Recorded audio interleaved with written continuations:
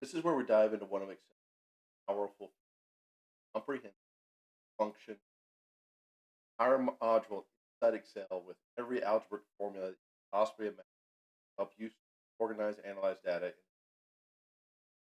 This module introduces functions, data analysis, dynamic size. Doesn't matter whether you're calculating statistics, solving logical problems, or formatting text, ability to work smarter, not harder. What we can expect in this module, what you're going to be learning, is you're going to use some database function like sum and average to summarize data. You're going to build logical functions and or an if-else to evaluate multiple conditions. We're going to explore lookup and reference functions like xmatch, index, and locate and order data. We're going to perform calculations using time functions such as now and date, dated if. We're going to manipulate and format text with text functions like text, rept, upper.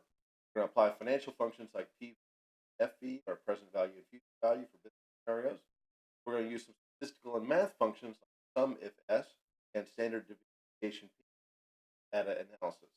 Then we're going to end with evaluating formulas and troubleshooting tools like the watch window. Using some advanced functions and troubleshooting here in those advanced as we progress through this. Mastering these functions will unlock incredibly new levels of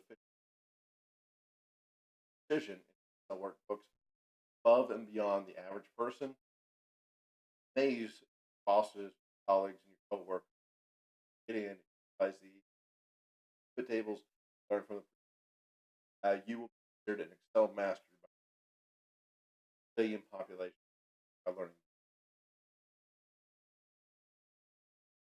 Inside the module 4, we're going to do the sim book, exploring the function library. We're going to do a sim path, unlocking the function library. We're going to do a guided project 3-5 and guided project minute project 5. So we are only covering one chapter, chapter 6, of this module. Then we're going to do the exam leveraging question assessment.